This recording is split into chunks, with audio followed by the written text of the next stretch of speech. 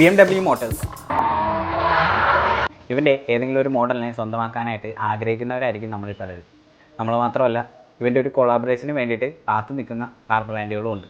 അതിൽ ഇവൻ്റെ കൊളാബറേഷനിൽ BMW engine വെച്ച് ഇറങ്ങിയ കുറച്ച് പവർഫുൾ ആയിട്ടുള്ള വണ്ടികൾ ഏതൊക്കെയാണെന്ന് നമുക്ക് നോക്കാം.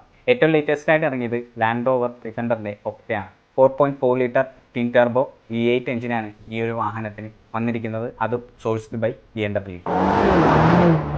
Rolls Royce Cullinan BMW powerful എഞ്ചിനായിട്ടുള്ള 6 ലിറ്റർ V12 ആണ് ഈ ഒരു വാഹനത്തിൽ വന്നിരിക്കുന്നത്. ഏകദേശം 563 HP പവറും 900 Nm ടോർക്കുമാണ് ഈ ഒരു വാഹനം പ്രൊഡ്യൂസ് ചെയ്യുന്ന പവർ.